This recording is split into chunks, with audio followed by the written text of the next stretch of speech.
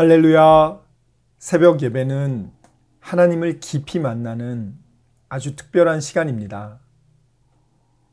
예수왕국 복음 통일을 위해 한국교회가 다시 새벽을 깨우며 부르짖기를 소망합니다. 예수왕국 복음 통일을 위해 한국교회가 함께 부르짖어 새벽을 깨우며 다시 성령의 뜨거운 불을 회복하기를 간절히 소망합니다. 사도신경으로 하나님께 신앙 고백 드리겠습니다. 전능하사 천지를 만드신 하나님 아버지를 내가 믿사오며 그 외아들 우리 주 예수 그리스도를 믿사오니 이는 성령으로 잉태하사 동정녀 마리아에게 나시고 본디오 빌라도에게 고난을 받으사 십자가에 못 박혀 죽으시고 장사한 지 사흘 만에 죽은 자 가운데서 다시 살아나시며 하늘에 오르사 전능하신 하나님 우편에 앉아 계시다가 저리로서 산자와 죽은 자를 심판하러 오시리라. 성령을 믿사오며 거룩한 공예와 성도가 서로 교통하는 것과 죄를 사하여 주시는 것과 몸이 다시 사는 것과 영원히 사는 것을 믿사옵나이다. 아멘. 내 안에 있는 예수 그 이름 세상과는 비교할 수 없네. 그 이름의 아름다운 사랑은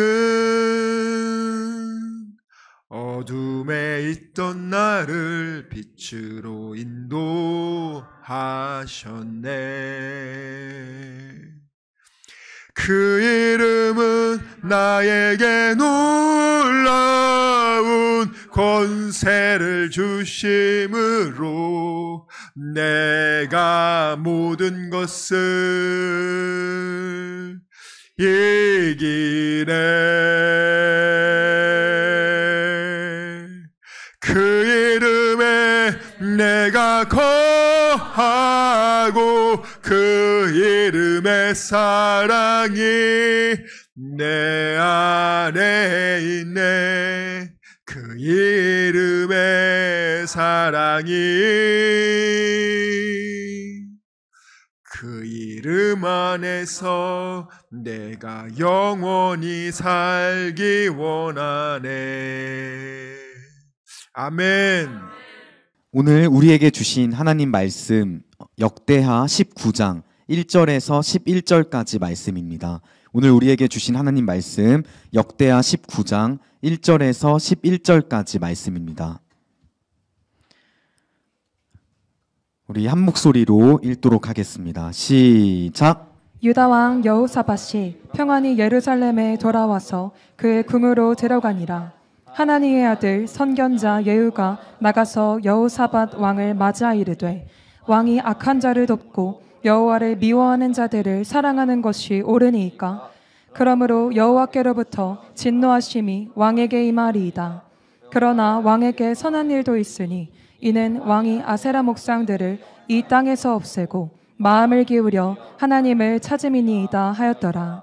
여호사밧이 예루살렘에 살더니 다시 나가서 브엘세바에서부터 에브라임 산지까지 민간에 두루다니며 그들의 조상들의 하나님 여호와께로 돌아오게 하고 또 유다 온 나라의 견고한 성읍에 재판관을 세우되 성읍마다 있게 하고 재판관들에게 이르되 너희가 재판하는 것이 사람을 위하여 할 것인지 여호와를 위하여 할 것인지를 잘 살피라.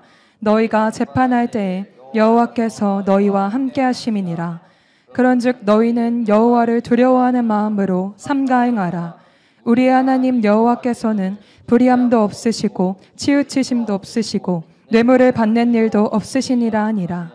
여호사밧이 또 예루살렘에서 레위 사람들과 제사장들과 이스라엘 족장들 중에서 사람을 세워 여호와께 속한 일과 예루살렘 주민의 모든 송사를 재판하게 하고 그들에게 명령하여 이르되 너희는 진실과 성심을 다하여 여호와를 경외하라. 어떤 성읍에 사는 너희 형제가 혹 피를 흘림이나 혹 율법이나 계명이나 율례나 규례로 말미암아 너희에게 와서 송사하거든 어떤 송사든지 그들에게 경고하여 여호와께 죄를 범하지 않게 하여 너희와 너희 형제에게 진노하심이 임하지 말게 하라. 너희가 이렇게 행하면 죄가 없으리라.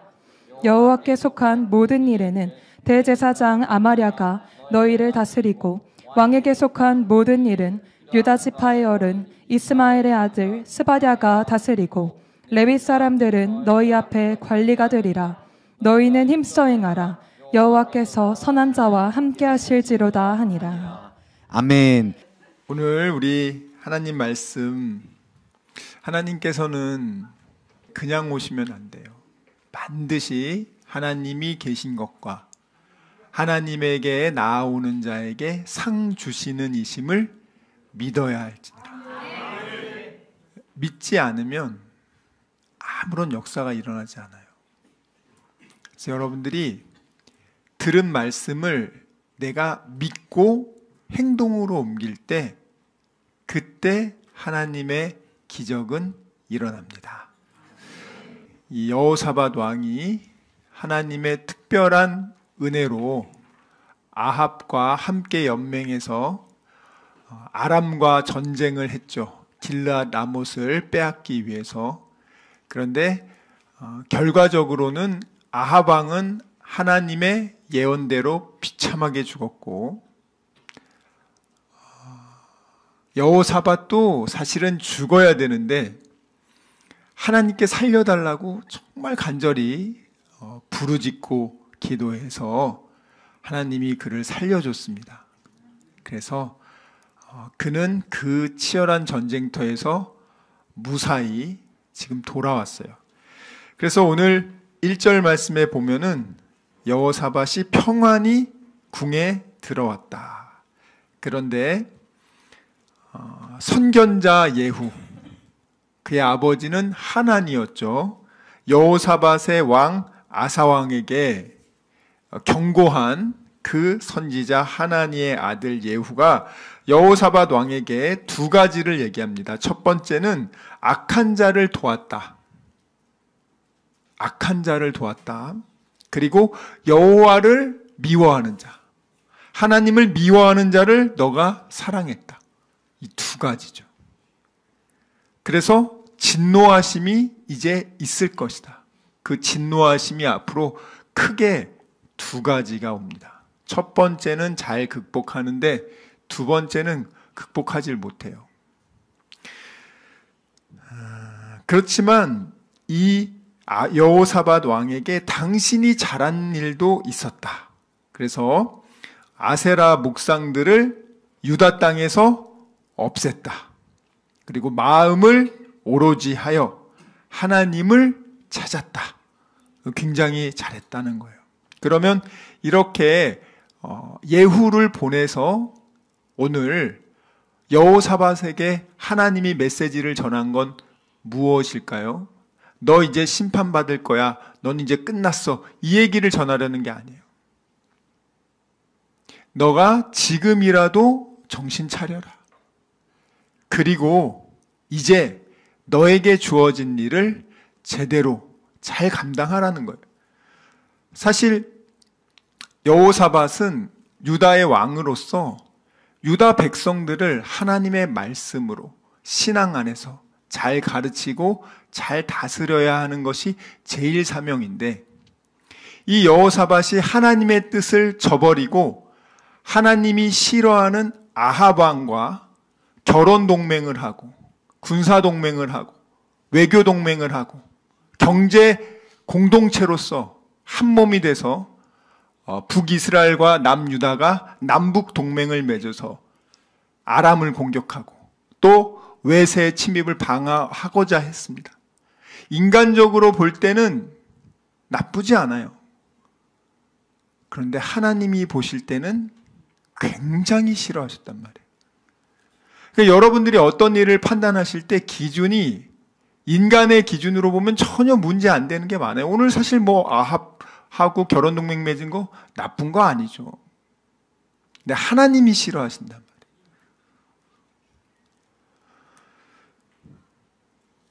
아합은요, 하나님이 싫어하는 그 여호사밧은 하나님이 싫어하는 일을 지금 택한 거예요. 그걸 통해서 무엇을 했죠?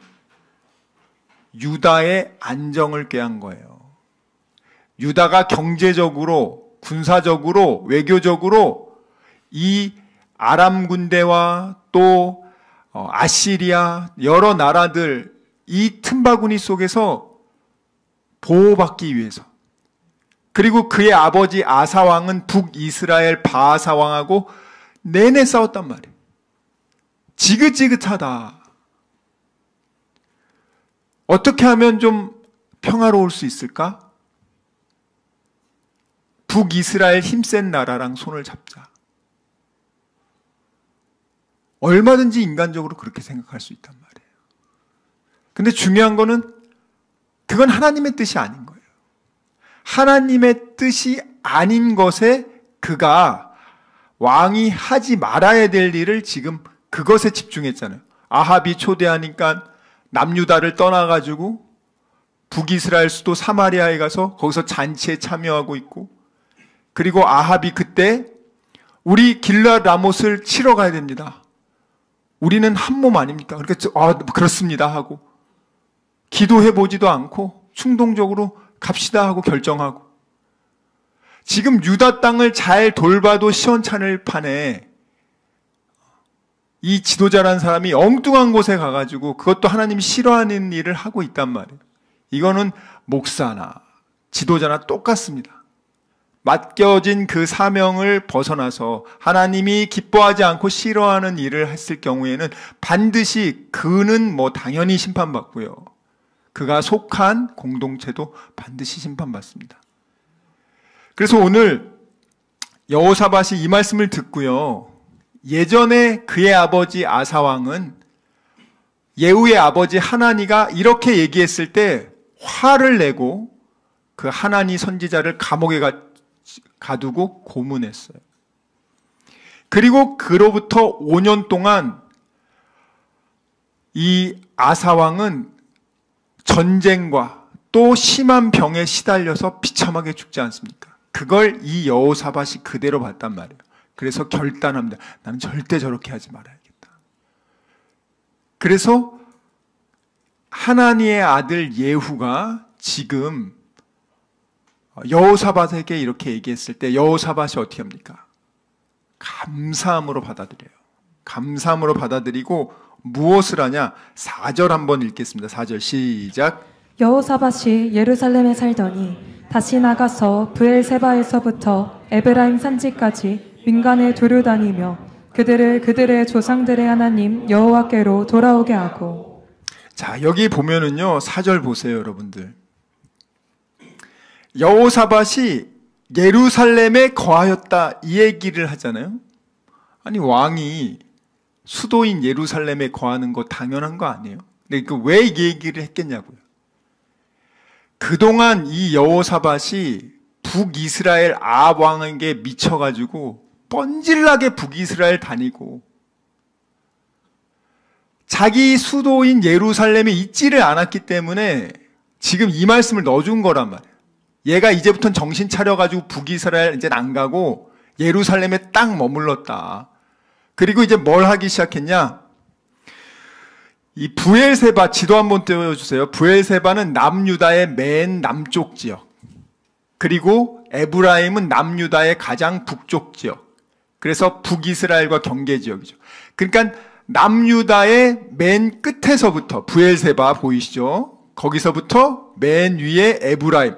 요 전체 지역, 쉽게 말하면 우리나라로 치면은 남쪽 끝에서부터 북쪽 끝까지, 거기까지를 계속 뭐 했냐? 한번 볼까요? 여호사밧 왕이 거기를 열심히 갑니다. 직접 가요, 직접. 직접 간다고요. 직접 가서 뭘 하냐? 그 유다의 백성들의 마음을 우상에게서부터 하나님께로 돌아오게 했다. 우상에게로부터 하나님께로 왜 하나님께로 돌아오게 했다? 그들이 하나님께 지금 그 마음이 속해 있으면 이런 말 하겠습니까? 이런 말 안 한단 말이에요. 이런 말 안 하고 잘 믿으면 이럴 필요가 없지. 근데 지금 어쩌다는 거예요? 바알과 아세라로 유다 전 지역도 백성들의 마음이 다 흩어졌어요. 그럼 왜 그렇게 된 거예요? 이 원인이 여호사밧이에요, 여러분들. 여호사밧이 1차 종교개혁하고 백성들이 아세라를 제거하고 하나님을 잘 섬기게 된 상황에서 북국강병 되지 않았습니까? 북국강병 된 다음에 어떻게 해요? 북이스라엘하고 이제 우리는 클래스가 비슷해졌어. 오케이, 우리 결혼합시다. 결혼 동맹을 맺으면서 아합의 딸인 아달랴가 그의 아들 여호람의 신부로 들어오죠. 북이스라엘의 아달랴는요, 바알과 아세라를 아주 끔찍히 섬기는 여자예요. 그 여자를 데리고 부인으로 데려오면서 어떻게 됩니까? 당연히 바알과 아세라도 같이 들어와요. 바알과 아세라를 그렇게 국교처럼 여기는 아합 왕과 여호사밧 왕이 그렇게 사돈이 됐어요. 가까워지게 됐어요. 백성들이 어떻게 하겠어요? 바알과 아세라가 남유다로 들어오는 건 일도 아니에요. 급속도로 퍼지기 시작합니다. 이 여호사밧을 통해 가지고 그가 내린 잘못된 결정 때문에 그도 죽지만 그 수많은 백성들이 야, 왕도 바알과 아세라 그렇게 잘 섬기는 며느리를 얻네? 원래 하나님이 그런 사람하고 결혼하지 말라 그랬는데 야, 바알과 아세라를 잘 섬기는 며느리를 얻네? 하나님의 선지자들을 잡아 죽이는 아합 왕과 사돈을 맺네? 야, 역시 하나님 필요 없어. 돈이 최고야. 권력이 최고야. 국방력이 최고야. 야, 아합 왕은 그 재벌집, 그 시돈 사위 아니야. 야, 그러니 북이스라엘이 저렇게 잘 되는 걸 보니까 야, 우리나라도 이제 남유다도 이제 잘 먹고 더 잘 살겠다. 바알과 아세라가 민간으로 퍼지니까 사람들이 얼마나 좋아요. 얼마나 음란하고 육체의 정욕을 자극하고 짜릿한 쾌락을 주지 않습니까? 백성들이 싫어할 이유가 없죠. 근데 이 여호사밧이 예후의 경고를 듣고 그가 이제 회개하고 내가 이제 다시는 북이스라엘로 안 간다. 그리고 이제는 내가 나로 인해서 이 우상숭배한 백성들 내가 땅끝부터 전체 영토 돌아다니면서 내가 그들을 하나님께로 돌아오게 해야겠다. 이 여호사밧이 그로 인해서 문제는 생겼지만 그것을 해결하기 위해서 정말 애씁니다. 여러분, 이게 굉장히 중요해요. 우리가 살다 보면은 잘못된 선택을 해서 하나님 안에 있다가도 잘못된 선택을 해서 우리가 죄를 짓고 넘어지고 슬럼프에 빠질 때가 있어요. 그때 여러분들이 어떻게 해야 되냐? 그때 하나님께로 돌아가서 제대로 가면 되는데 여러분들이 아이 난 이미 끝났어. 아이 난 그냥 내 멋대로 살래. 그럼 여러분 정말 아사왕처럼 그렇게 죽어요. 여호사밧이 첫 번째 어떻게 하냐? 자기가 먼저 본을 보인단 말이야. 본을 보이면서 열심히 순행하며 민간을 다니면서 그 백성들을 하나님 여호와께로 돌아오게 했다. 자, 그게 첫 번째죠. 두 번째는 뭐라냐? 5절 한번 읽겠습니다. 5절, 6절 시작. 또 유다 온 나라의 견고한 성읍에 재판관을 세우되 성읍마다 있게 하고 재판관들에게 이르되 너희가 재판하는 것이 사람을 위하여 할 것인지 여호와를 위하여 할 것인지를 잘 살피라. 너희가 재판할 때에 여호와께서 너희와 함께 하심이니라. 아멘. 지금 여호사밧이 이 2차 종교개혁에서 특징은 뭐냐면 1차 종교개혁은 이렇게까지 아주 철저하게 안 했어요. 이렇게 철저하게 안 해도 정말 하나님 복을 많이 주셨거든요. 근데 2차는 각 성마다, 지방의 각 성마다 중앙에서 재판관을 다 보냅니다. 왜냐하면 그 전까지는 각 지방의 성주들이 자체적으로 재판을 했단 말이에요. 그런데 그들이 바알과 아세라의 그러한 우상 문화에 힘입어서 그들이 이제는 판결을 할 때도 예전처럼 하나님 중심으로 판결하는 게 아니에요. 이제는 정말 그 육신의 정욕과 안목의 정욕과 이생의 자랑에 버물려진 그 바알과 아세라, 세상의 아주 깊은 인본주의 문화 속에 그들이 판결을 내린단 말이에요. 그래서 성주들이 봐주는 거야. 우리 친척이 잘못하면 오케이, 괜찮아. 내가 싫어하는 누가 잘못했어? 그러면 얘는 무조건 가중처벌. 여호사밧이 어떻게 하냐면 재판관을 보내면서 그 재판관에게 얘기합니다. 니네들 재판할 때 그 판단 기준은 하나님 말씀이야. 그리고 나서 그걸 정확하게 판단하라고 각 성들에게 이 여호사밧이 보내는 겁니다. 대대적인 사법개혁을 해요. 그 사법개혁이 기준이 하나님의 말씀이 기준이 돼서 한단 말이에요. 남유다가 우상숭배가 횡행하면서 가치관이 혼란하고 사회 질서가 막 흔들리고 있었단 말이에요. 이렇게 대대적인 사법개혁을 한 이유가 뭐예요? 유다 사회의 기강이 이 우상숭배로 인해서, 이 물질 숭배로 인해서 완전히 이제 흔들리고 있었기 때문에. 출애굽기 18장 말씀 한번 보겠습니다. 이 이스라엘의 사회는 모세 율법에 근거해서 하나님이 재판하게 말씀하셨단 말이에요. 출애굽기 18장 15절, 16절 읽겠습니다. 13절부터 16절 시작. 이튿날 모세가 백성을 재판하느라고 앉아있고 백성은 아침부터 저녁까지 모세 곁에 서 있는지라. 모세의 장인이 모세가 백성에게 행하는 모든 일을 보고 이르되 내가 이 백성에게 행하는 이 일이 어찌 됨이냐. 어찌하여 내가 홀로 앉아있고 백성은 아침부터 저녁까지 내 곁에 서 있느냐. 모세가 그의 장인에게 대답하되 백성이 하나님께 물으려고 내게로 옴이라. 그들이 일이 있으면 내게로 오나니 내가 그 양쪽을 재판하여 하나님의 율례와 법도를 알게 하나이다. 아멘. 16절에 보면 재판하여 하나님의 율례와 법도를 알게 한다. 재판의 그 기준되는 그 기준점이 하나님의 율례와 법도란 말이에요. 이걸 가지고 이 이스라엘은 하나님이 다스리는 국가로서 그렇게 해왔는데 여호사밧이 바알과 아세라를 받아들임을 통해서 이제는 그 기준 자체가 흔들리고 있다는 거예요. 경제적으로는 잘 먹고 잘 살아. 문화적으로도 아주 쌈박한, 아주 화끈한 문화가 와서 백성들이 너무 좋아해. 야, 잘 먹고 쾌락을 즐길 수 있고 최고다. 하나님 필요 없다. 하나님, 아유. 이 사람들이 다 이런 식으로 미혹되고 있단 말이에요, 지금. 신명기 17장 8절에서 13절입니다. 신명기 17장 8절에서 13절. 하나님이 재판을 어떻게 하는지 아주 자세하게 나와 있는 구절이에요. 신명기 17장 8절에서 13절 함께 읽겠습니다. 시작. 내 성중에서 서로 피를 흘렸거나 다투었거나 구타하였거나 서로 간에 고소하여 내가 판결하기 어려운 일이 생기거든 너는 일어나 내 하나님 여호와께서 택하실 곳으로 올라가서 레위 사람 제사장과 당시 재판장에게 나가서 물으라. 그리하면 그들이 어떻게 판결할지를 내게 가르치니니 여호와께서 택하신 곳에서 그들이 내게 보이는 판결의 뜻대로 내가 행하되 그들이 내게 가르치는 대로 삼가 행할 것이니 곧 그들이 내게 가르치는 율법의 뜻대로 그들이 내게 말하는 판결대로 행할 것이요 그들이 내게 보이는 판결을 어겨 좌로나 우로나 치우치지 말 것이니라.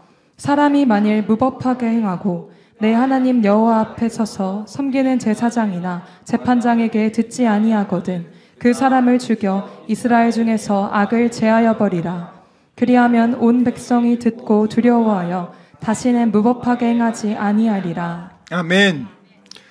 자, 11절에 보면 하나님의 율법의 뜻대로 판결해라 이렇게 나와 있습니다. 하나님의 율법대로.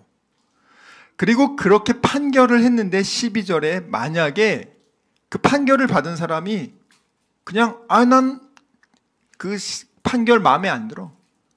난 싫어. 난 안 따르겠어. 이럴 수 있잖아요. 불복할 수 있잖아요. 그러면 하나님은 뭐라고 말씀하시냐? 바로 그 사람을 바로 죽여버리라 그래요. 그리고 13절에 그 죽이는 걸 보고 백성들이 두려워해서 다시는 그렇게 불법을 행하지 않게 될 거다. 확실하게 일벌백계 해라. 이렇게 나와 있잖아요. 근데 이거를 이제 누가 가져가냐? 이제 공산주의자들이 가져가요. 마귀 새끼들이 가져가고 독재자들이 가져가요. 하나님의 율법이 아닌 그들의 정한 규례를 따라 지 마음대로, 그리고 안 들으면 죽여서 두렵게 떨어서 공포 정치를 하죠. 근데 원래 하나님의 말씀은 그게 하나님의 말씀, 그 사람을 살릴 수 있는 그 법을 정확하게 가르쳐 줬는데, 그가 그 생명의 법을 그가 거부한 경우에는 가차없이 하나님이 악을 제하라는 거예요. 이스라엘에서 그는 이제 악으로, 누룩으로 작용을 하기 때문에 제거의 대상이 된단 말이에요, 여러분들. 그래서 제가 하나님의 말씀을 들을 때 이게 무서운 자리라고 했잖아요. 듣고 순종하면 복을 받지만 듣고 순종하지 않으면 그 벌은 여러분과 여러분의 자녀가 책임지게 될 겁니다.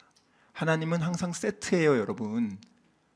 여러분에게만 벌 내리는 게 아니라 여러분 자녀들까지 영향을 주는 걸 꼭 기억하시란 말이에요, 여러분들. 내가 어떤 일을, 하나님 말씀을 내가 불순종할 때 그 대가를 나만 치르면 되겠지, 그렇게 얄팍하게 생각하지 마시고 내 어린 자녀들이 그로 인해서 고통당할 것을 생각하시면 한 번 더 생각하시게 될 겁니다.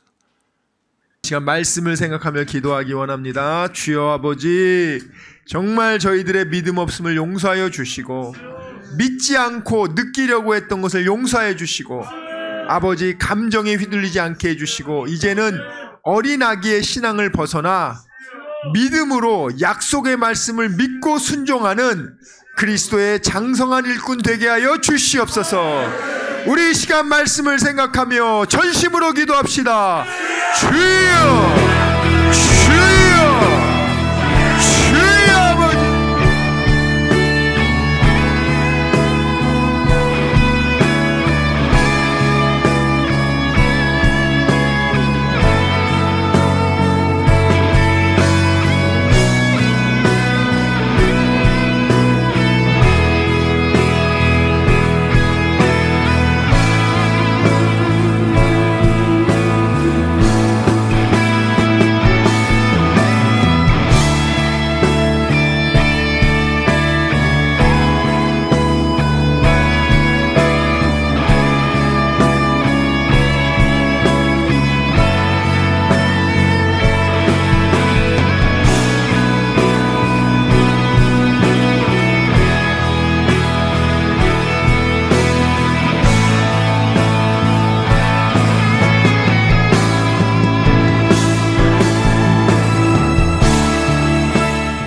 아버지, 이 시간 아픈 곳에 손을 얹었습니다.